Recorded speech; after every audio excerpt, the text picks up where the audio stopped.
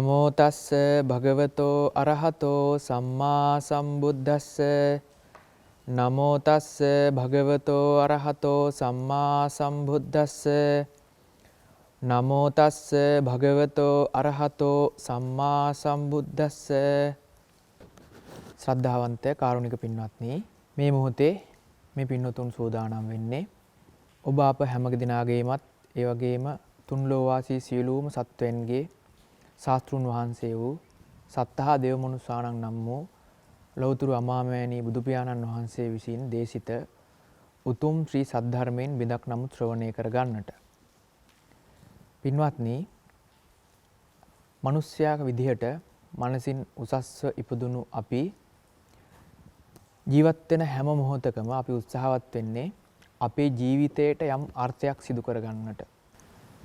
ඉපදුණු දවසේ ඉඳලා දෙමව්පියන් ඇසුරු කළා, කුඩා කාලේ ඥාතීන් ඇසුරු කළා, මේ හිත මිතුරන් ඇසුරු කළා, ඒ වගේම වැඩි වියටපත් වෙද්දී සමාජයේ නොයෙකුත් තලවල නොයෙකුත් ආකාරයෙන් ධන දහන්නේ මිල මුදල් භවභෝග සම්පත් වගේම පුද්ගලයන් විදිහට හොඳ ගතිගුණ තියෙන හොඳ වටිනා අය උගත් අය ඇසුරු කරලා මේ නොයෙකුත් කාර්යය කරමින් අපි හැම වෙලේම මිනිස්යන් විදිහට බලාපොරොත්තු වෙන්නේ අපේ ජීවිතයට අර්ථයක් සිදු කරගන්නට.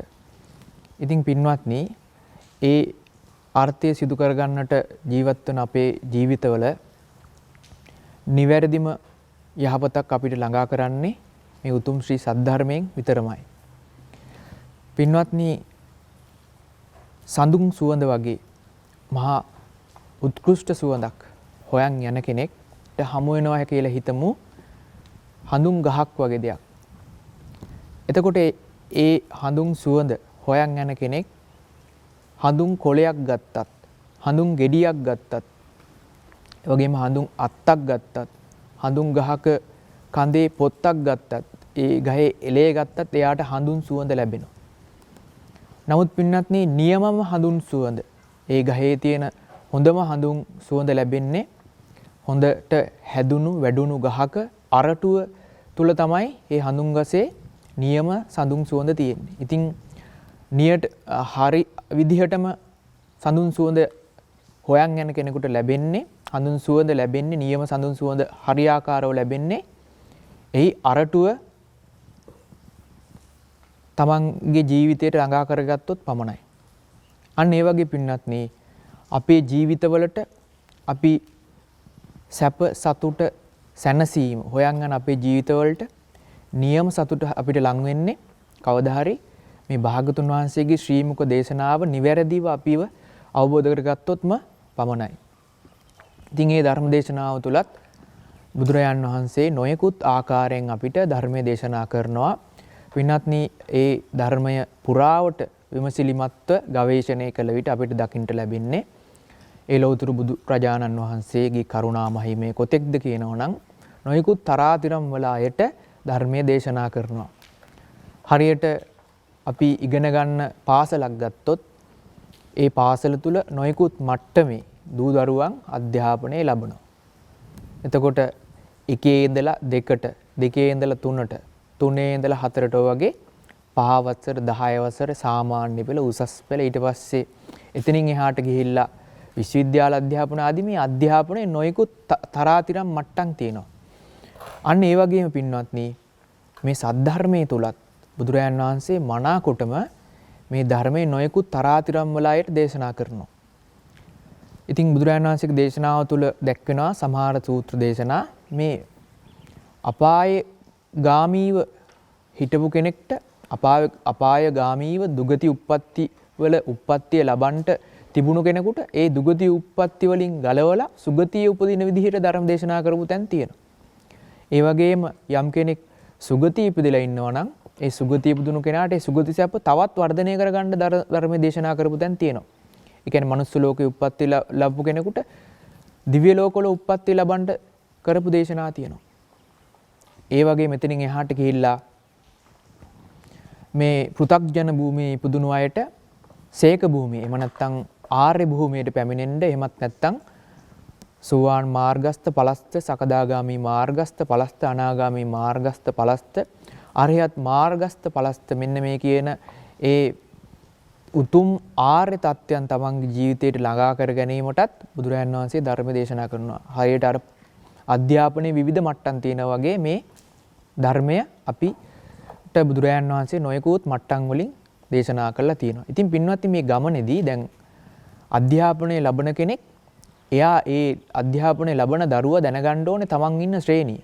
එතකොට තමයි එයාට ඒ තමන් පහවසර කෙනෙක් නම් ඒ පහවසර මට්ටමේ ඉන්න බව දැනගන්න ඕනේ. එතකොට ඒ මට්ටමේ ඒ මට්ටමේ අධ්‍යාපනයක් තමයි එයා ලැබිය යුත්තේ. ඒ වගේ පින්වත්නි මේ ධර්ම මාර්ගය තුල ගමන් කරනකොට අපි ඉන්න මට්ටම අවබෝධ කරගත යුතුයි. ඉතින් ඒ නිසා එතකොට අපිට හැකියාව ලැබෙනවා අපි ධර්ම මාර්ගය තුල අපේ ධර්ම දැනුම, ධර්ම මට්ටම, ධර්ම අවබෝධය තේරුම් අරගෙන එතනින් එහාට අපේ ධර්ම දැනුම, ධර්ම අවබෝධය දියුණු කරගෙන අර මම සඳහන් කරා වගේ ඒ සඳුන් ගසේ සඳුන් සුවඳ අරටුවෙන්ම ලබනවා වගේ මේ ධර්මයේ නියම තැනින් අල්ලගෙන අපේ ජීවිතවලට යහපත් අර්ථයක් සිදු කර ගැනීමේ හැකියාවක් අපට තියෙනවා. ඉතින් පින්වත්නි අද දවසේ ඒ වගේ හරිම සුන්දර දාම් අරුතක් අපිට කියලා දෙන සූත්‍රයක් මම මාතෘකා කරනවා. ඉතින් මේ සූත්‍රයේ පින්වත්නි නකුල පිතූ සූත්‍රය. නකුල පිතූ සූත්‍රය බොහෝ දෙනෙක් අහලා තියෙනවා, බොහෝ දෙනෙක් කතා කරනවා. ඉතින් මේ සූත්‍රයේ සඳහන් වෙන්නේ පින්වත්නි උතුම් සංයුත්ත නිකායේ 3 වෙනි ග්‍රන්ථය වෙන ඒ කන්ද සංයුත්තේ පළමුවෙනි සූත්‍රය. ඉතින් පින්වත්නි බුදුරජාණන් වහන්සේ අපි අහලා තියෙනවා තථාගතයන් වහන්සේ මේ චතුරාර්ය සත්‍ය තමයි භාගතුන් වහන්සේ දේශනා කරන්නේ. ඉතින් මේ චතුරාර්ය සත්‍ය ධර්මයේ භාගතුන් වහන්සේ නොයෙකුත් පරයය වලින් දේශනා කරනවා. ඇතැම් විටක බුදුරජාණන් වහන්සේ පටිච්චසමුප්පාදයේ විදිහට මේ චතුරාර්ය සත්‍ය ධර්මයේ විග්‍රහ කරනවා. ඒ වගේම ස්කන්ධ, ධාතු, ආයතන මේ විදිහට බුදුරජාණන් වහන්සේ නොයෙකුත් පරයය වලින් මේ චතුරාර්ය සත්‍ය ධර්මයේ අපිට දේශනා කරනවා. ඉතින් ඒ විදිහටම චතුරාර්ය සත්‍ය ධර්මය ස්කන්ධයන් ඇසුරු කරගෙන බුදුරජාණන් වහන්සේ අපිට චතුරාර්ය සත්‍ය ධර්මයේ විස්තර කරන බොහොම මනහර වූ දේශනාවක් තමයි මේ නකුල පිටු සූත්‍රය. ඉතින් අපි එහි කාරණාවට විමසා බැලුවොත් පින්වත්නි ඒවම් මේ සුතං ඒකං සමයං භගවා භග්ගේසු විහෙරති සුන්සුමාරගිරේ භේස කලාවනේ මිගදායේ. ඉතින් මේ සූත්‍රය දේශනා කරන සමයේ භාගතුන් වහන්සේ වැඩ සිටියේ භග්ගේසු කියන භාර්ගව කියන ග්‍රාමයේ සුන්සුමාරගිර භේස කලාවනේ මිගදායේ. ඒ වනයක් භේස කලාවනේ කියලා හඳුන්වනවා. ඒ භේස කලා කියන යක්ෂණිය ඒ වනයේ වාසය කරපු නිසා. ඒ වගේම සුන්සුමාරගිර කියලා කියන්නේ කිඹුලෙක්ගේ හඬක් කිඹුලෙක් කෑ ගහන හඬක් ඇසුණු නිසා තමයි ඒ ප්‍රදේශයට සුන්සුමාරගිර කියන ඒ අර්ථය යෙදුනේ. අතකෝ නකුල පිතා ගහපති යේන භගවා තේනුපසංකමි. උපසංකමිත්තා භගවන්තං අභිවාදෙත්වා ඒකමන්තං නිසීදි. පිටක නකුල පිතූ සිටුතුමා භාගතුන් වහන්සේ ළඟට පැමිණිලා භාගතුන් වහන්සේට වන්දනා කරලා එකත් පස්ව හිටියා.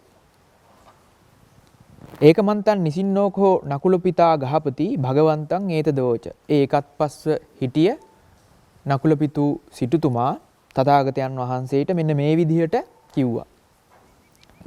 අහමස්මින් භන්තේ ජින්නෝ බුද්ධෝ මහල්ලකෝ අද්ධගතෝ වයෝ අනුප්පත්තෝ ආතුර කායෝ අභින්නාතංකෝ. භාගතුන් වහන්සේ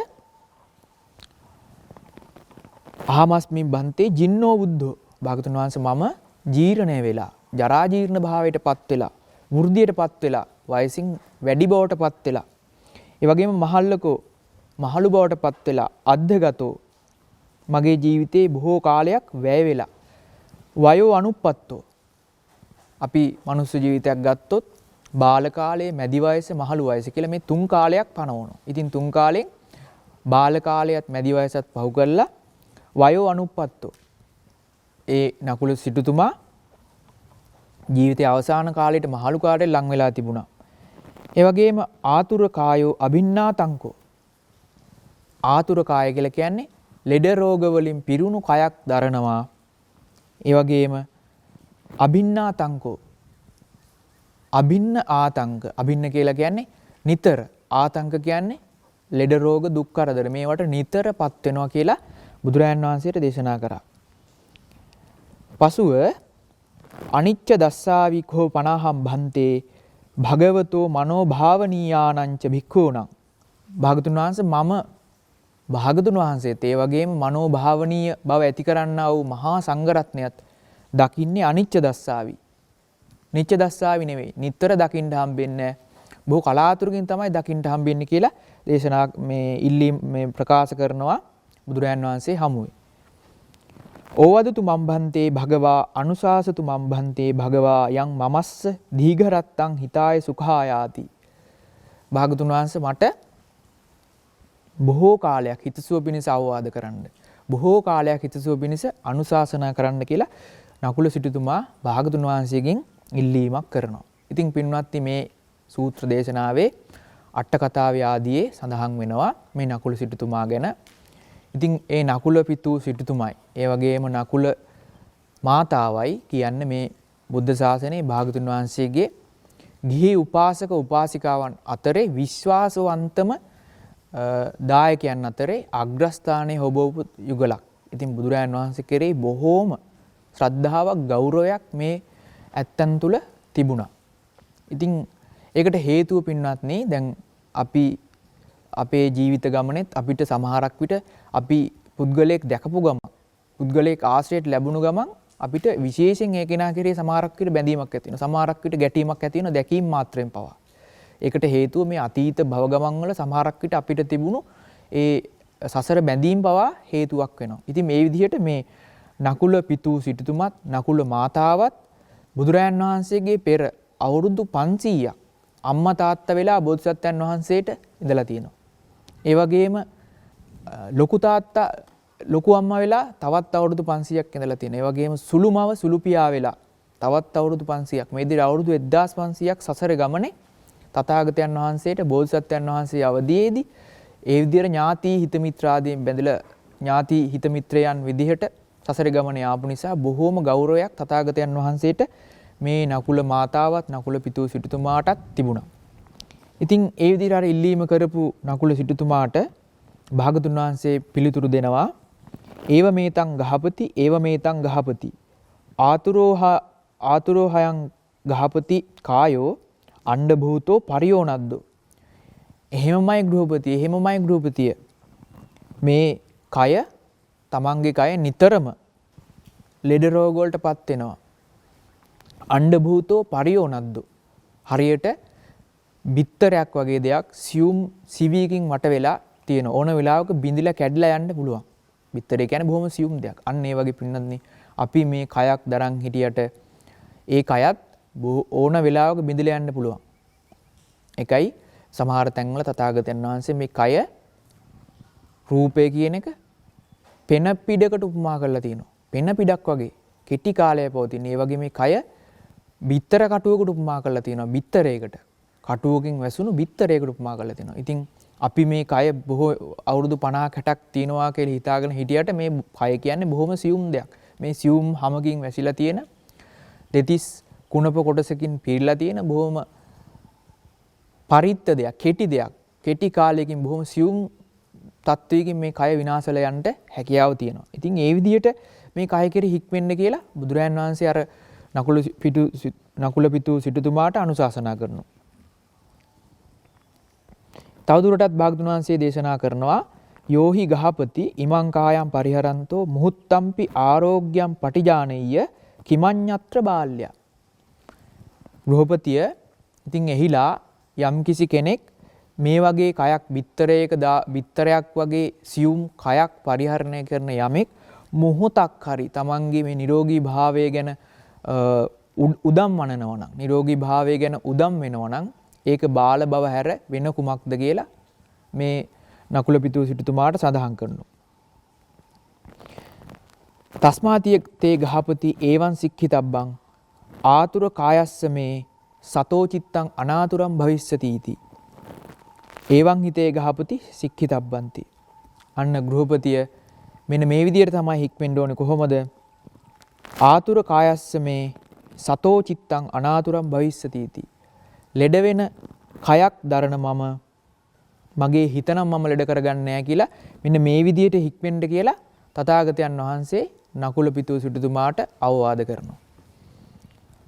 ඊට පස්සේ පින්වත්නි අතකෝ නකුල පිතා ගහපති භගවතෝ භාසිතං අභිනන්දිත්වා අනුමෝදිත්වා උට්ඨායාසනා භගවන්තං අභිවාදිත්වා පදක්ඛිනං කତ୍වා යේනායස්මා සාරිපුත්තෝ තේනුපසංකමි. ඉතින් බුදුරයන් වහන්සේගේ මේ අවවාදය අහපු නකුල පිතූ සිටුතුමා භාසිතං අභිනන්දිත්වා ඒ බුදුරයන් වහන්සේගේ දේශනාව සතුටු වෙලා අනුමෝදිත්වා ඒ දේශනාව අනුමෝදන් වෙලා උච්චායසනා උට්ඨායාසනා භගවන්තං අභිවාදිත්වා තමන් හිටපු ඒ එකත් පස්ව හිටි ආසනෙන් නැගිටලා බුදුරයන් වහන්සේට වන්දනා කරලා පදක්ෂිනා කරලා සාරිපුත්ත මහරහතන් වහන්සේ යම් තැනක වැඩ හිටියද එතෙන්ට පැමිණියා.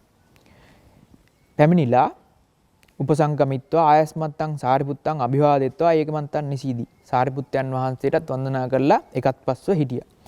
ඒකමන්තං නිසින්නං කෝ නකුල පිතරං ගහපති ආයස්මා සාරිපුත්තෝ ඒතද වෝච. එකත් පස්ස හිටපු නකුල පිතූ සිටුතුමා සාරිපුත්තයන් වහන්සේට මේ විදිහට එකත් පස්ව සිටිය නකුල පිතූ සිටුතුමාට සාරිපුත්ත මහරහතන් වහන්සේ මෙන්න මේ විදිහට අමතන පින්වත්නි. විප්පසන්නානි කෝතේ ගහපති ඉන්ද්‍රියානි පරිසුද්ධෝ මුඛවන්නෝ පරියෝදාතෝ. ගෘහපතිය ඔබගේ ඉන්ද්‍රියන් හරි ප්‍රසන්නයි, හරිම ලස්සනයි, ප්‍රසන්නයි. ඒ වගේම පරිසුද්ධෝ මුඛවන්නෝ මුවේ වර්ණය, මුහුණේ පැහැය හරි පිරිසුදුයි. පරියෝදාතෝ හරි පැහැදිලි. අලත්තනෝ අජ්ජ භගවතෝ සම්මුඛං ධම්මින් කතං සවනායාති.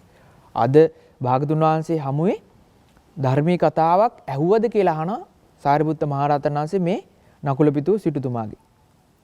එතකොට පිළිතුරු දෙනවා නකුල පිතූ සිටුතුමා කිංගි නෝසියා බන්තේ. කොහොම නොවෙන්නද ස්වාමීනි? ඉදානහම් බන්තේ භගවතා ධම්මියා කතාය අමතේන අභිසිත්තෝති. මෙහිලා ස්වාමීන් වහන්සේ බුදුරජාන් වහන්සේ මේ ධර්ම කතාවෙන් අමතේන අභිසිත්තෝති. අමතේන කියන්නේ නිවන පිළිබඳ ධර්ම කතාවෙන් අභිසිත්තෝති කියන්නේ පිනෙව්වා කියලා සඳහන් කරනවා. එතකොට සාරිපුත්ත මහරහතන් වහන්සේ නැවතත් විමසනවා යතහා කතහම් පන ත්වං ගහපති භගවතා ධම්මියා කතාය අමතේන අභිසිත්තෝති. කොහොමද ගෘහපතිය බුදුරජාන් වහන්සේ මේ ධර්ම කතාවෙන් අමතේන අභිසිත්තෝති නිවන පිළිබඳ කතාවෙන් ඔබව පිනවීමට පත් කරේ. ඊට පස්සේ එතනදී නකුල පිතූ සිටුතුමා සඳහන් කරනවා ඉදාහම් බන්තේ යේන භගවතේන උපසංකමිත්වා භගවන්තං අභිවාදිත්වා ඒකමන්තං නිසීදී. මම බුදුරජාන් වහන්සේ ළඟට පැමිණියා. පැමිණිලා භාගතුන් වහන්සේට වන්දනා කරලා එකත් පස්ව හිටියා.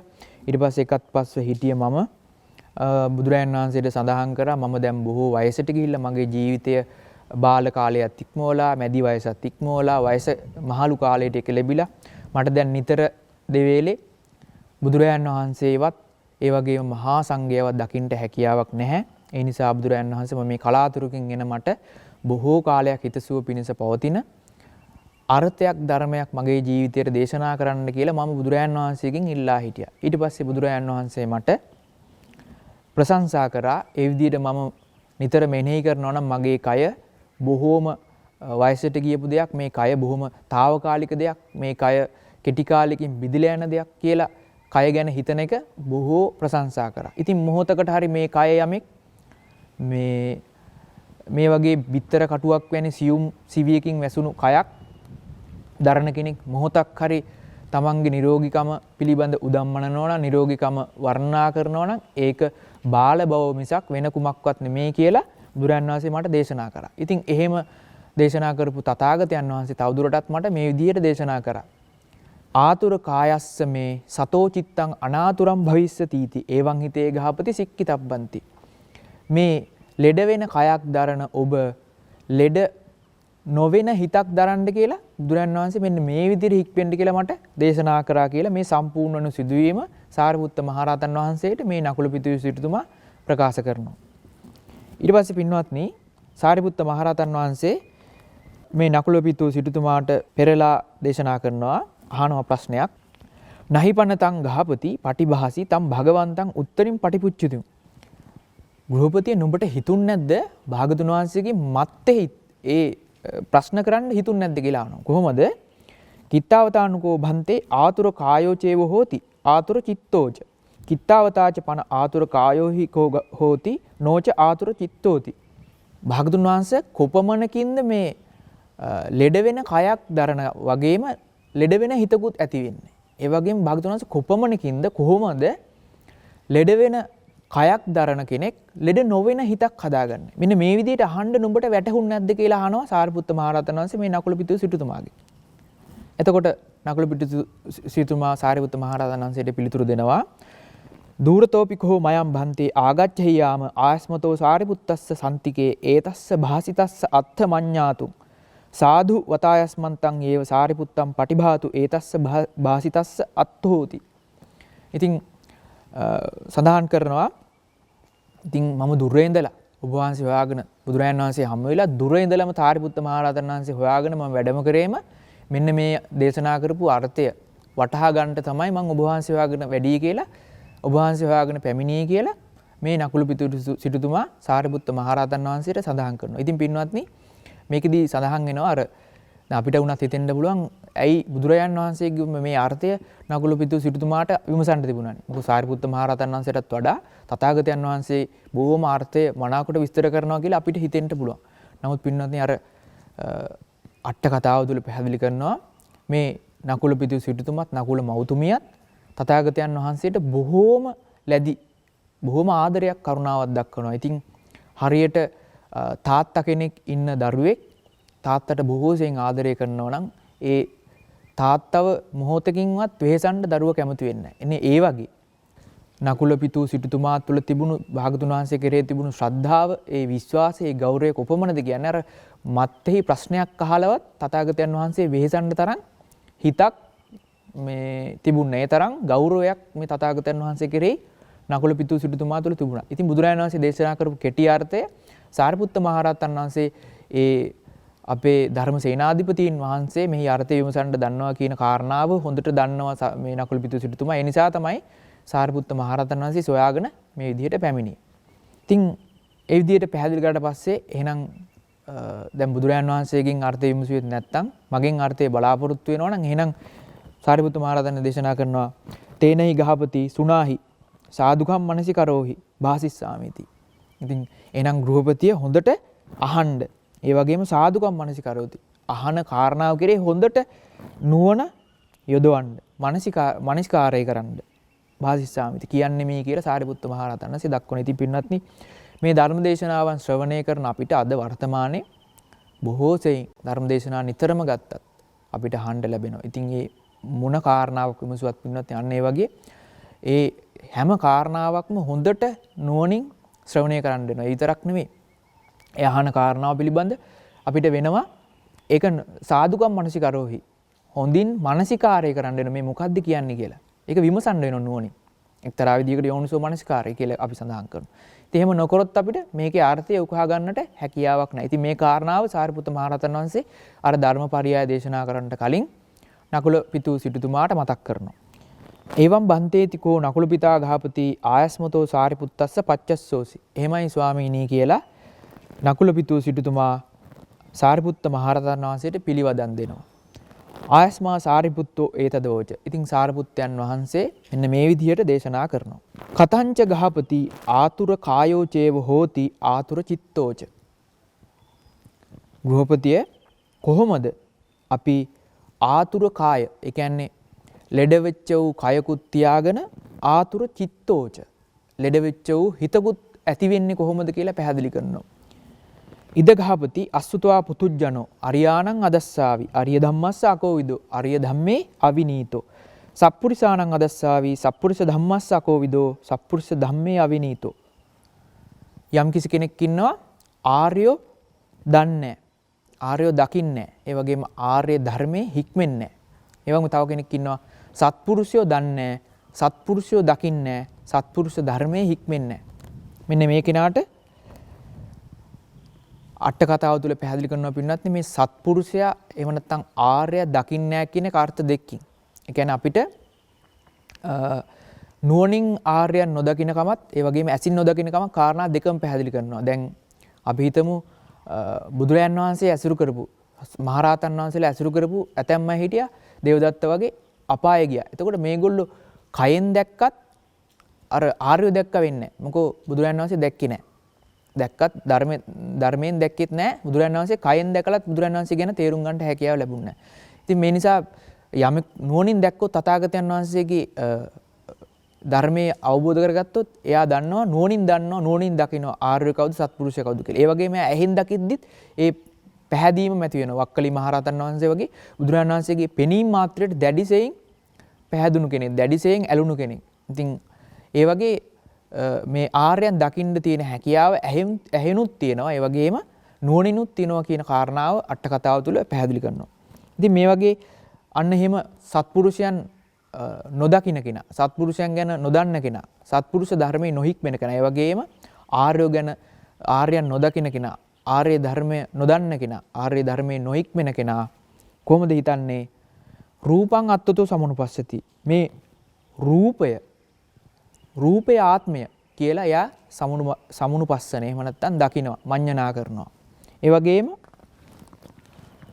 රූපවන්තං වා අත්තානං රූපවත් වූ ආත්මයක් විදිහට මෙයා දකිනවා. එහෙම නැත්නම් හංගිනවා, මඤ්ඤණා කරනවා. ඒ වගේම අත්තනිවා රූපං ආත්මයේ කෙරෙහි රූපයක් තියෙනවා කියලා මෙයා මඤ්ඤණා කරනවා. ඒ වගේම රූපස්මින් වා අත්තානං රූපේ කෙරෙහි රූපය තුල ආත්මයක් තියෙනවා කියලා මෙයා මඤ්ඤණා කරනවා. ඉතින් මෙහෙම මඤ්ඤණා කරන ඒ අසුතවත් පුජජන කෙනාට අහං රූපං මම රූපಂತಿ පරිඋට්ටට්ඨායි හෝති.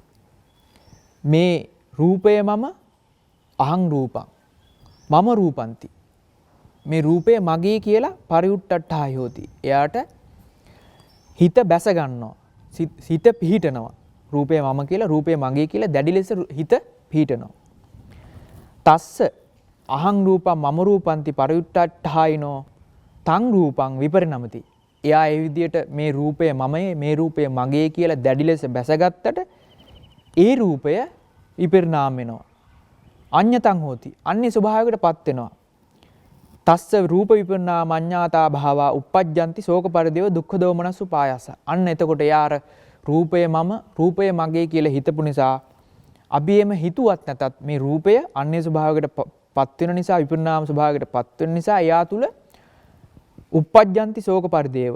එයා තුල උපදිනවා ශෝක පරිදේව දුක්ඛ දෝමනස් උපායාස. මෙන්න මේවා එයා තුල හට ගන්නවා. ඒ විතරක් නෙමෙයි, මෙයා වේදනාවටත් ওই විදිහට හතර ආකාරයෙන්ම වේදනාව ආත්මයේ විදිහට, ඒ වගේම ආත්මවත් වූ වේදනාව, ඒ වගේම වේදනාව කෙරෙහි ආත්මය, ඒ වගේම වේදනාව තුල ආත්මය කියලා හතර ආකාරයකට මේ විදිහට වේදනාව කෙරෙහිත් මඤ්ඤණා කරනවා. ඒ වේදනාවත් එයා මම කියලා මගේ කියලා ගත්තට ඒ වේදනාවත් වෙනස් වෙලා යනවා. ඉතින් අර මම කියලා ගත්තු, මගේ කියලා ගත්තු වේදනාව වෙනස් වෙන ස්වභාවයකටපත් වෙනකොට, විපරිණාම වෙනකොට, අන්‍ය ස්වභාවයකටපත් වෙනකොට මෙයා තුල දුක්ඛ මේ ශෝක පරිදේව දුක්ඛ දෝමනසයන් හට ගන්නවා. ඒ වගේම සංඥාවටත්, ඒ වගේම සංකාරයත්, ඒ වගේම විඥාණයටත් කියන මේ පංචස්කන්ධයටම මේ ටික පැහැදිලි කරනවා. එවං කෝ ගහපති ආතුරු කායෝ චේව හෝති ආතුරු චිත්තෝච. ගෘහපතිය මෙන්න මෙහෙම තමයි කෙනෙකුට ලෙඩ වෙන කයකුත් තියෙනවා වගේම ලෙඩ වෙන හිතකුත් ඇති වෙන්නේ මෙන්න මේ විදිහට කියලා පැහැදිලි කරනවා. ඉතින් මේ අර්ථය අපි විමසමු පින්වත්නි. මේ සූත්‍ර දේශනාවේ මේ pāli පාඨය අවසන් වෙලා. ඒ වගේම ඊළඟට පැහැදිලි කරනවා කතංච ගහපති ආතුරු කායෝ හිකෝ හෝති නෝච ආතුරු චිත්තෝ. එතනදී පැහැදිලි කරනවා කොහොමද ගෘහපතිය යම් කිසි කෙනෙකුට කය නම් ලෙඩ වෙනවා, හැබැයි එයාගේ හිත නම් ලෙඩ කරගන්නේ මෙහෙම ක්‍රමයක් මෙහෙම හදාගන්නේ කොහොමද කියලා සාරිපුත්ත මහ රහතන් වහන්සේ පැහැදිලි කරනවා. ඉද ගහපති මෙහිදී ගෘහපතිය සුතවා ආර්ය ශ්‍රාවකෝ. මේ ශ්‍රුතවත් වූ ආර්ය ශ්‍රාවකෙක් ආර්යානන්ද දස්සාවි ආර්ය ධම්මස්ස කෝවිදෝ ආර්ය ධම්මේ සුවිනීතෝ සප්පුරිසානන්ද දස්සාවි සප්පුරිස ධම්මස්ස කෝවිදෝ සප්පුරිස ධම්මේ සුවිනීතෝ න රූපං අත්තතෝ සමනුපස්සති. මෙයා රූපය ආත්මයේ විදියට හිතන්නේ නැහැ. ඒ වගේම න රූපවන්තං වා අත්තානං මෙයා රූපවත් වූ ආත්මය කියලා හිතන්නේත් නැහැ. ඒ වගේම න අත්තනිවා රූපං ආත්මයේ කෙරෙහි රූපේ තියෙනවා කියලා මෙයා හිතන්නේත් නැහැ. න රූපස්මින් වා අත්තානං රූපය තුල ආත්මය තියෙනවා කියලා මෙයා හිතන්නේත් නැහැ. මේ විදිහට හතර ආකාරයෙන් රූපය ගැන ආත්මයක් රූපය තුල ඇසුරු කරනවා කියලා මෙයා විවිධාකාරයෙන් දකින්නේ. ඉතින් එහෙම නොදකින මේ කෙනාට අහං රූපම් මම රූපන්ති න පරිඋට්ටඨායෝති. මෙයාට මේ වෙනස් වෙන අනිත්‍ය වෙන දුක් වෙන අනාත්ම වෙන මේ රූපය ආරම්භය මේ රූපය මමය මේ රූපය මගේ කියලා හිත බැස ගැනීමක් වෙන්නේ නැහැ. තස්ස අහං රූපම් මම රූපන්ති අපරිපරිඋට්ටඨායිනෝ තං රූපං විපරිණමති අඤ්ඤතා හෝති. දැන් ඒ රූපය මමය මගේ කියලා මගේ ආත්මය කියලා දැඩි ලෙස බැස ගන්න නැති හින්දා ඒ රූපය වෙනස් වුනොත් විපරිණාම වුනොත් තස්ස රූප විපරිණාම අඤ්ඤාත භාවා නූප්පජ්ජති ශෝක පරිදේව දුක්ඛ දෝමනස්ස පායාස. දැන් ඒ රූපය වෙනස් වුණයි කියලා මෙයාට නූප්පජ්ජති ශෝක පරිදේව දුක්ඛ දෝමනස්ස උපායාස. මෙයාට ශෝක පරිදේව දුක්ඛ දෝමනස්ස නැති වෙන්නේ මේ ඇති වෙන්නේ උපදින්නේ නූප්පජ්ජති. උප්පජ්ජති කියන්නේ උපදිනවා. න උප්පජ්ජති එහෙම නැත්නම් නූපජ්ජති කියන්නේ නූපදිනවා. ඒතර බලන්න පින්නත් මේ අවස්ථා දෙකේදීම ඒ දෙන්නටම තිබුණේ අනිත්‍ය වෙලා යන අන්‍ය ස්වභාවයටපත් වෙන විපරිණාම ස්වභාවයටපත් වෙන රූපයක්.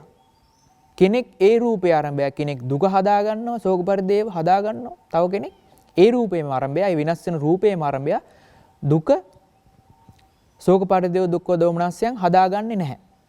ඒතර මේකට ප්‍රධාන හේතුව පින්නත් මේ රූපේ පිළිබඳ අපි දරන ආකල්පය, අපි දරන චේතනාව, අපි ඒ පිළිබඳ මඤ්ඤණා කරන විදිය. ඒක තමයි බුදුරජාණන් වහන්සේ අපිට පැහැදිලි කරේ ඒ හතරාකාර සක්කාය දිට්ඨිය. ඉතින් කෙනෙක් හතරාකාර ආත්ම දෘෂ්ටියෙන් මේ රූපය පරිහරණය කරන්නේ නැත්තම් එයාට රූපේ ආරම්භය ශෝක පරිදේව දුක්ඛ දෝමනස්යන් උපදින්නේ නැහැ. ඉතින් මේ විදිහටම පැහැදිලි කරනවා වේදනාව කෙරෙහි හතරාකාරයෙන්, ඒ වගේම සංඥාව කෙරෙහි හතරාකාරයෙන්, ඒ වගේම සංකාර කෙරෙහි හතරාකාරයෙන්, ඒ වගේම විඥාන කෙරෙහි හතරාකාරයෙන් යමෙක් ඒ රූපය හෝ වේදනාව හෝ සංඥාව හෝ සංඛාරය හෝ විඥානය මේ කිසිවක් ආත්මයක් හෝ ආත්මයට අයත් දෙයක් හෝ විදියට විෂයාකාර විදියට ආත්මවත් විදියට දකින්න නැත්නම් අන්න ඒ කෙනාට මේ පංචස්කන්ධය වෙනස් වෙලා විපරිණාම වෙලා යනකොට ලෙඩ වෙලා යනකොට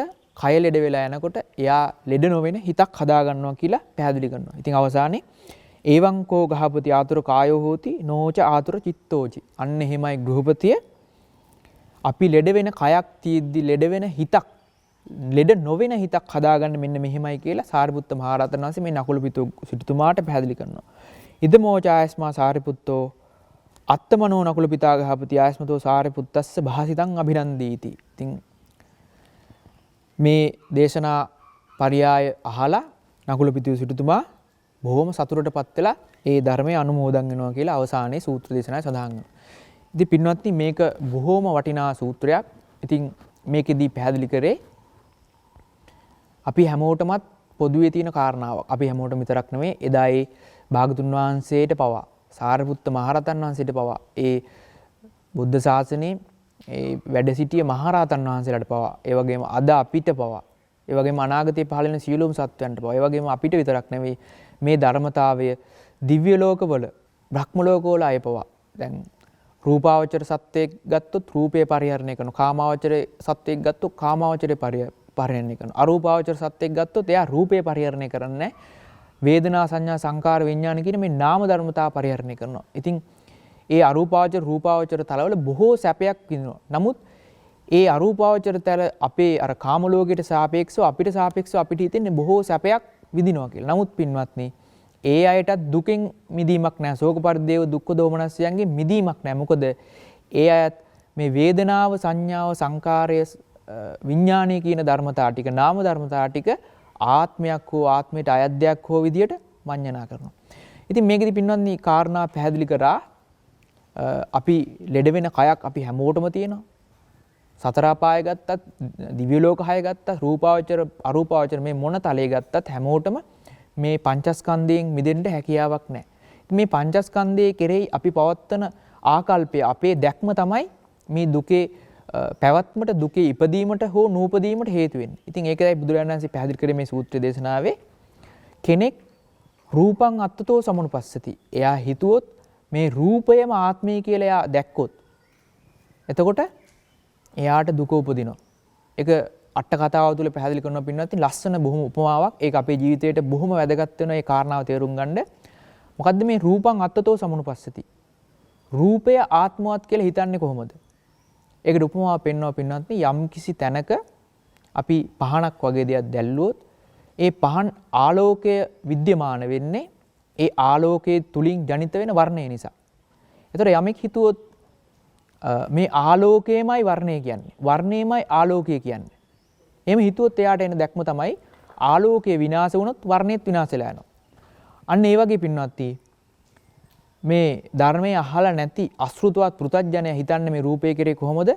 මේ රූපයම තමයි ආත්මය කියලා. එතකොට එයා කල්පනා කරනවා මේ රූපය විනාශ වුණාම මේ ආත්මයත් විනාශ වෙලා යනවා. ඒ රූපයම තමයි ආත්මය කියලා හිතන්නේ. හරියට ආලෝකයේ විනාශ වෙද්දි වර්ණය නැති වෙනවා වගේ මේ රූපයම ආත්මය කියලා හිතනකොට එයා ඒ විදිහට හිතනකොට විවිධ දෘෂ්ටීන් වලටපත් වෙනවා. ඉතින් ඒ වගේ දෘෂ්ටි වලටපත් වුණා මේක උච්ඡේද දෘෂ්ටියට අයත් කියලා සඳහන් වෙනවා. මේ දැන් මම හතර ආකාරයකින් රූපය පිළිබඳ පැහැදිලි කරා මේ සූත්‍ර දේශනාව තුළ. ඒකේ පළවෙනි දෘෂ්ටිය රූපං අත්තතු සමනුපස්සිතී. රූපේම ආත්මවත් විදිහට සලකනවා. එතකොට ඒ රූපේ කැඩලා බිඳලා යනකොට ඒත් එක්කම ආත්මයත් විනාශ වෙලා යනවා. ඒ නිසා තමයි ආපත් වෙන දෘෂ්ටියකට උච්ඡේද දෘෂ්ටියට. මොකද්ද උච්ඡේද දෘෂ්ටිය? අපි මේ තියෙන ලෝකේ තියෙන ඒවා ඔක්කොම කාලා බීලා ඇඳලා පුළුවන් තරම් සතුටෙන් ජීවත් වෙන්න ඕනේ. එතනින් එහාට මේ රූපය මැරිලා ගියාට පස්සේ ආත්මයත් මැරිලා යනවා. එතනින් එහාට මතු දිවියක් නැහැ. මතු ආත්මයක් නැහැ. මතු භවයක් නැහැ. මතු ලෝකයක් නැහැ. පරලෝකයක් නැහැ. අන්න එතකොට පරලෝකයක් නැහැ. මතු නැවත උප්පත්තියක් නැහැ. සසර ගමනේ පැවැත්මක් නැහැ කියලා නැහැ කියන උච්චේ දෘෂ්ටියටපත් වෙනවා මේ කෙනා. ඊට පස්සේ දෙවෙනි කෙනා පින්වත්නි රූපවන්තං වා අත්තානං සමුනුපස්සති. එයා හිතනවා රූපවත් වූ ආත්මය එයා දකිනවා. ඒකට උපමාවක් පෙන්වනවා පින්වත්නි හරියට යම්කිසි වස්තුවක් තියෙනවා. ඒ වස්තුවට හේවණල්ලක් තියෙනවා. එයා වස්තුව රූපයේ විදිහටත් හේවණල්ල ආත්මයේ විදිහටත් දකිනවා. රූපවන්තං අත්තානි. රූපවත් වූ ආත්මය දකිනවා. එතකොට යම් විදිහකට ඒ අපි හිතමු රූපවත් වූ දෙය හේවණල්ලක් ඇති කරන ඒ රූපේ විනාශ වෙලා ගියත් අර හේවණල්ල වගේ තියෙන ඒ ආත්මය යම් තැනකට යනවා කියලා මෙයා සමනුපර්ශනය කරනවා. ඒ කියන්නේ අපි හිතමු අපේ ජීවිතවල මේ අපි හැමෝගෙම මේ කතා කරන මාත් මේ ධර්මයේ හාසන ඔබ හැමත් මේ ලෝකයේ තුල ජීවත් වෙන හැම සත්වයකටම රූපය වගේ මේ ආත්මයක් තියෙනවා. මේ රූපය තියෙනවා. ඒ වගේම ආත්මයේ තියෙන අර හේවණල්ල වගේ. මේ කය විනාශ වෙලා ගියොත් අර හේවණල්ල වගේ තියෙන ආත්මය තව තැනක ගිහලා උප්පත්ති ලැබුණා. මේක නා මේ විදිහට ආත්මයක් තියෙනවා කියලා රූපේ සමුනුපර්ශනය කරනවා. සමුනුපස්සනය කරනවා. එතකොට මේ ආත්මය මේ රූපේ විනාශ වෙලා නැත් එක්ක මේ ආත්මය තව තැනකට යනවා. එතකොට ඒක නා ඉන්නේ සාස්වත දෘෂ්ටිය තුල. එයා පිළිගන්නවා මතු පරලොවක් තියෙනවා කියන ඒ අර ලෞකික සම්මාදිට්ඨිය කම්මස්සගත සම්මාදිට්ඨිය එයාට තියෙනවා. එයා පිළිගන්නවා සාස්වත දෘෂ්ටිය තුල ඉන්න නිසා මේ ආත්මයේ ගමනක් තවත් අනාගත භවයක් තියෙනවා කියලා. ඉතින් අර බලවත්ම දෘෂ්ටිය තමයි උච්ඡේද දෘෂ්ටිය. ඊට වඩා මේ සාස්වත දෘෂ්ටිය උච්ඡේද දෘෂ්ටිය තරම් ප්‍රබල තරම් මිත්‍යා දෘෂ්ටියක් නෙමෙයි කියන එක පැහැදිලි වෙනවා. ඒක දෙවෙනි කාරණාව. ඊට පස්සේ අත්තනිවා රූපං. රූපේ කෙරෙහි ආත්මයේ කෙරෙහි රූපේ තියෙනවා කියලා එයා විශ්වාස කරනවා. කොහොමද ඒකට උපමාවක් පෙන්වනවා පින්වත්නි? යම් විදිහකට මලක් සහ සුවඳක්. එතකොට මලක් තියෙනවා මලේ සුවඳ තියෙනවා. ඒ සුවඳ කියන කාරණාව පින්නත් අපිට ඇහෙන් දකින්න හැකියාවක් නැහැ. නමුත් මලක් වගේ තැනක රෝස මලක් වගේ තැනක එහෙම නැත්නම් හඳුන් වගේ මලක් තැනක ඒ මලේ සුවඳ නිසා අපිට අඳුර ගන්න පුළුවන් ඒ මල මොකක්ද කියලා. එතකොට මේ මල ඇසුරු කරගෙන සුවඳ තියෙනවා වගේ මෙන්න මේ වගේ මෙයා කල්පනා කරන මේ රූපය ඇසුරු කරගෙන අර සුවඳ තියෙනවා වගේ මලේ සුවඳ තියෙනවා වගේ මේ රූපය ඇසුරු කරගෙන ආත්මයක් තියෙනවා හරියට සුවඳ වගේ. ඒකයි අත්තනිවා රූපං කියලා කිව්වේ. ඒ ආත්මය ඇසුරු කරන රූපය තියෙනවා. යම් විදිහකට මේ මල විනාශ වුණත් අර සුවඳ කියන එක විනාශ වෙන්නේ නැහැ. ඒ වගේ එයා කල්පනා කරන මේ රූපය විනාශ වුණත් හැබැයි ඒ ආත්මය නම් විනාශ වෙන්නේ නැහැ කියලා එයා අර සුවඳවත් දෙගෙන මේ සුවඳ තව තැනකට යනවා වගේ මේ ආත්මය තව තැනකට යනවා කියලා මේ මරණයන් මැත්තේ ආත්මයකට යනවා කියලා එයා විශ්වාස කරනවා. එයාට කියනවා තුන්වෙනි කෙනා. ඊට පස්සේ හතරවෙනි කෙනා තමයි රූපස්මින් වා අත්තාන. රූපස්මින් කියන්නේ රූපේ කෙරෙහි ආත්මය තියෙනවා කියලා යමෙක් දකිනවා. හරියට අපි කරඬුවකට වන්දනාමාන කරනවා තූපාරාම සෑච්ච චෛත්‍යයට වන්දනාමාන කරනවා. මොකද අපි ද්‍රෝණයක් පමුණු 13 වහන්සේලා ඒ කරඬුන් වහන්සේ තුල හෝ තූපාරාම සෑරදුන් තුල හෝ වැඩ ඉන්නවා කියන චේතනාව ඇති කරගෙන තමයි අපි වන්දනා කරන්නේ. අන්න ඒ වගේම කෙනෙක් මේ රූපය ඇසුරු කරනවා මේ රූපය ඇතුලේ එහෙම නැත්නම් රූපය තුල ආත්මයක් තියෙනවා කියලා රූපය පරිහරණය කරනවා. එතකොට මේ රූපය යම් විදිහට කැඩලා බිඳලා විනාශ වෙලා යද්දි මේ ආත්මය ඒ ඇතුළේ තියෙන ආත්මය තව තැනකට යනවා කියලා වගේ දැක්මක් තියෙනවා. ඔය අපි මුලින් සඳහන් කරපු කෙනා උච්ඡේද දෘෂ්ටිය තුල දැන් මේ දෙවණියට සඳහන් කරපු ඒ දෙවෙනි කෙනා තුන්වෙනි කෙනා හතරවෙනි කෙනා මේ තුන් දෙනාම සාසද දෘෂ්ටිය. ඉතින් මෙහෙම බොහෝ දෙනෙක් බෞද්ධ අපිට ලෞකික සම්මාදිට්ඨිය තියෙනවා.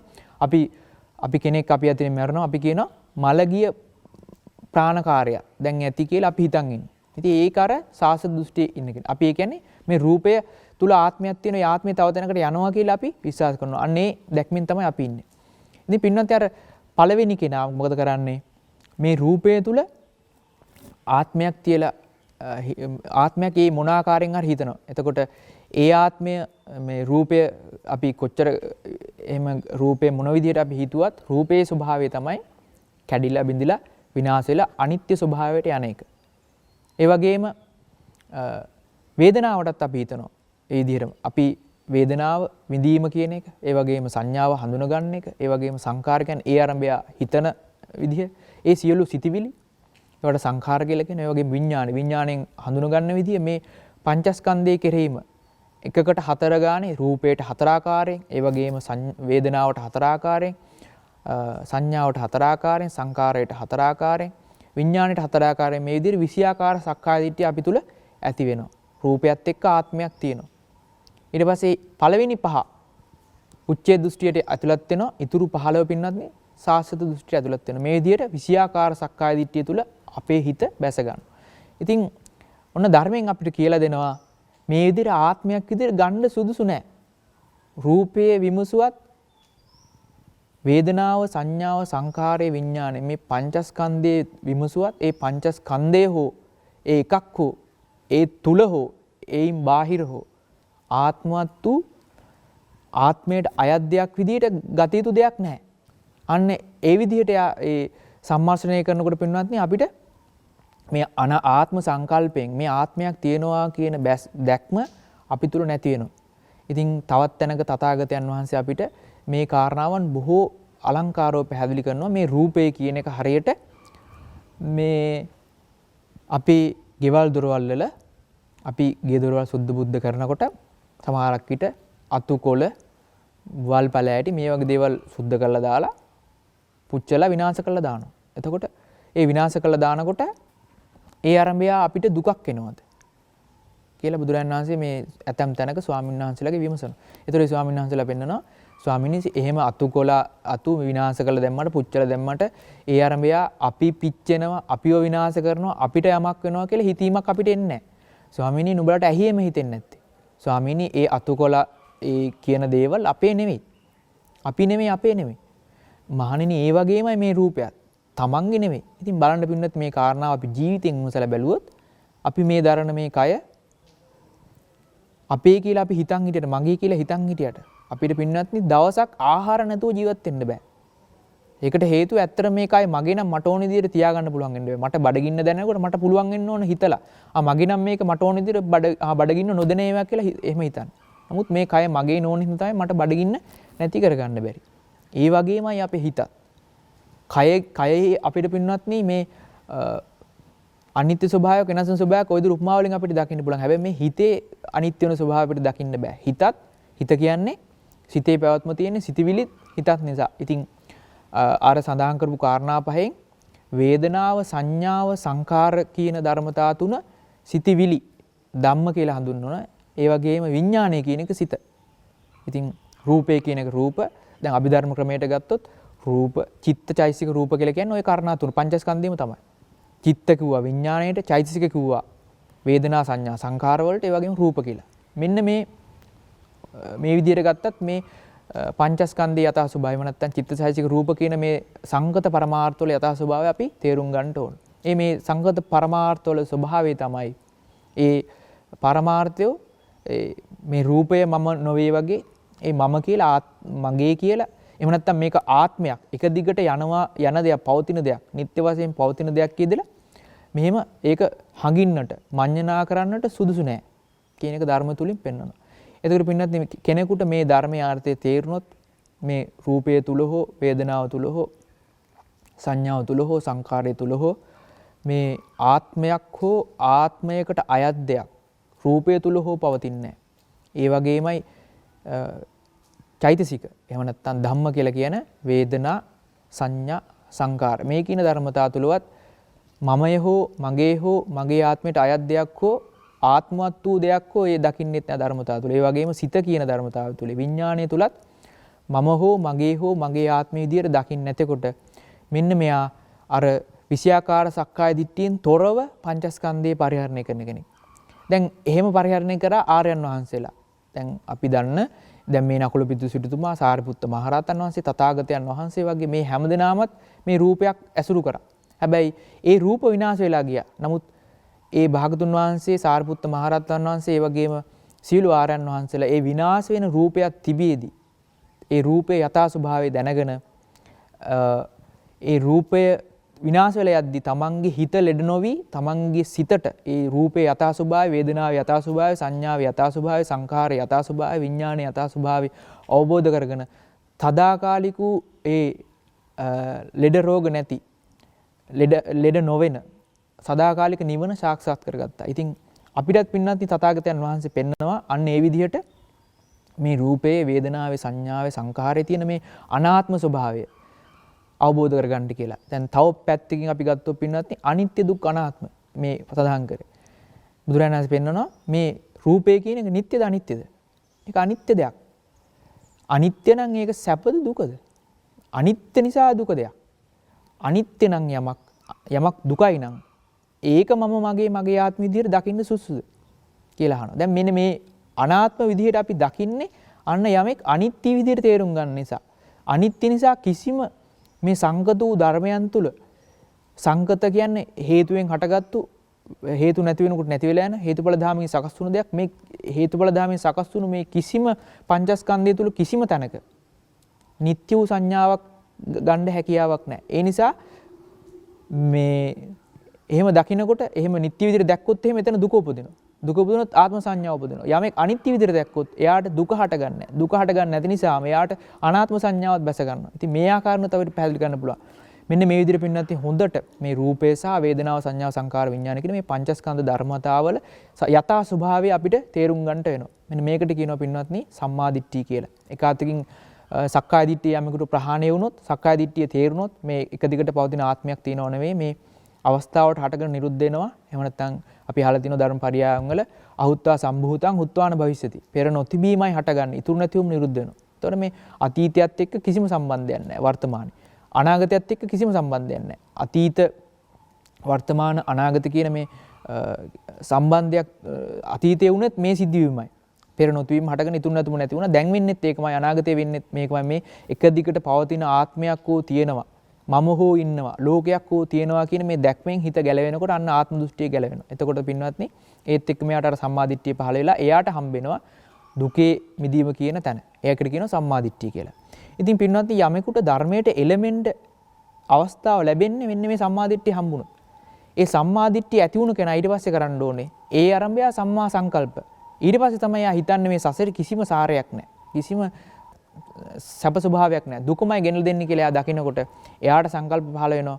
අව්‍යාපාද අවිහිංසා නෙක්ඛම්ම. තරහ යනවා නම් එයා තරහ පාලනය කරන මෛත්‍රිය වගේ දේ භාවනාවලට එයාගේ සංකල්ප හැදෙනවා. ඒ වගේම රාග ద్వේෂ රාගයට හිත බැස ගන්නවා නම් නොයිකුත් රාග අරමුණු හිතේ නිතරම වැඩ කරනවා නම් අභිජ්ජා සිත් වලින් අනභිජ්ජා මට්ටමට හිතේ සංකල්ප හදා ගන්න. ඒ වගේම නිතරම කාම අරමුණු ඇසුරු කරනවා නම් මේ ලෝකේම ඇසුරු කරන්න හිතනවා නම් එයා නෙක්ඛම්මයට බර වෙනවා. සම්මා සංකප්ප. ඊට පස්සේ තමයි පින්නත් සම්මා සංකප්පයට අනුව සම්මා දිට්ඨි සම්මා සංකප්ප සම්මා වාචා. එයා හතරාකාර වූ වාචසික සංවරය. ඒ කියන්නේ බොරු කියන්නේ නැති වෙන්න, හිස් වචන, කේලම්, පරුස වචන මේ වගේ මිදෙන්න සීලයක හික්මෙන්න වචනේ සංවරයට පිවිසෙන්න. ඊට පස්සේ ඒ වචනයට සංවරය පිවිසුනාම ඊට පස්සේ කායික සංවරයට සම්මා දිට්ඨි සම්මා සංකප්ප සම්මා වාචා සම්මා කම්මන්තයට යොමු වෙන්නේ. ඒ වගේම සම්මා කම්මන්තේදී එයා සත්තු මරන්නේ නැහැ.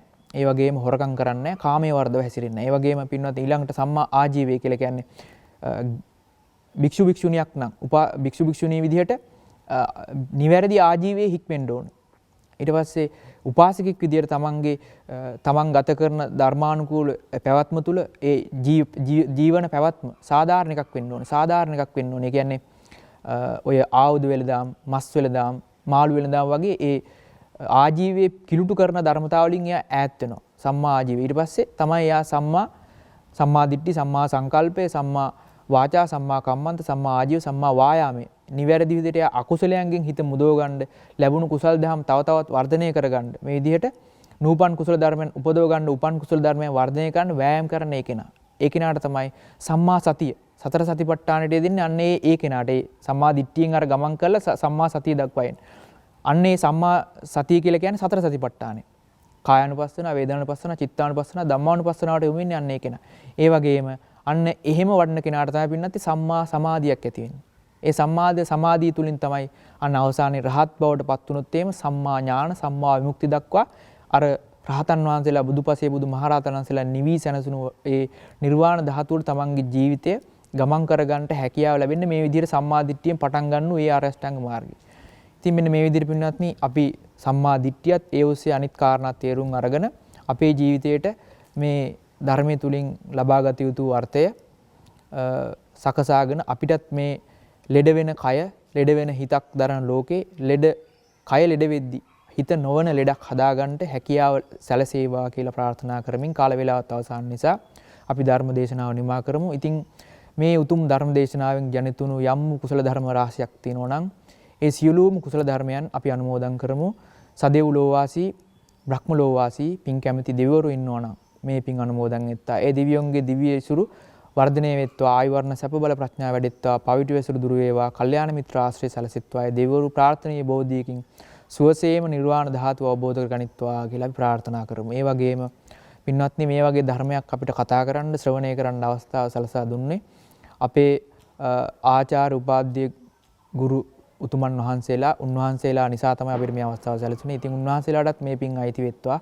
උන්වහන්සේලාත් ප්‍රාර්ථනීය කරන බෝධියකින් සුවසේම උන්වහන්සේලාගේ අවසාන මුඛ්‍ය පරමාර්ථය නිර්වාණ ධාතුව සුවසේම සාක්ෂාත් වෙත්වා කියලා අපි සාදුනාද දීලා ප්‍රාර්ථනා කරමු. මේ වගේ පින්වත්නි අප නමින් මිය පරලෝකීය සීලූම් මියගේ ඥාතීන් මේ භවයේ තුල හෝ පෙර භවයන් හෝ යම් කෙනෙක් ඉන්නවා නම් ඒ සීලූම් මියගේ ඥාතීන්ටත් මේ පින් පෙත් අයිති වෙත්වා. ඒ සීලූම් මියගේ ඥාතිනුත් මේ පින් අනුමෝදන් වෙලා සසර ගමන වහා කෙලවර කරගෙන උතුම් නිර්වාණ ධාතුවම සාක්ෂාත් වේවා කියලා හැමදිනම ප්‍රාර්ථනා සිද්ධ කරගමු. අවසාන වශයෙන් මේ පින්තුන්ටත් මේ උතුම් ශ්‍රී සද්ධර්මයෙන් තුනුරුවන්ගේ ඇසුරෙන් සත්පුරුෂ ආශ්‍රය ලැබිලා පවිතු ඇසුරෙන් දුර වෙලා ඔබගේ ජීවිතත් ආයු වර්ණ සැප බල ප්‍රඥා වැඩිලා අවසානයේ මේ පින් බලෙන් රත්නත්‍රයේ අනන්ත ගුණානුභාවයෙන් අවසානයේ නිදුකින් සුවසේම උතුම් නිර්වාණ ධාතුවම හැමදිනාටම සාක්ෂාත් වේවා කියන චේතනාවෙන් හැමදිනාම අවසානයේ ප්‍රාර්ථනාවන් තබා ගන්න. ඉතින් එසේම වේවා කියන චේතනාව ඇති කරගෙන ආශිර්වාද කරනවා හැමදිනාටම. අභිවාදන සීලිස්ස නිච්ඡං වද්ධා පචායිනෝ චත්තාරෝ ධම්මා වඩ්ඩಂತಿ ආයුවන්නෝ සුඛං බලං ආයු ආරෝග්‍ය සම්පatti සග්ග සම්පatti මේවච අතෝ නිබ්බාන සම්පatti ඉමිනාතේ සමිජ්ජතු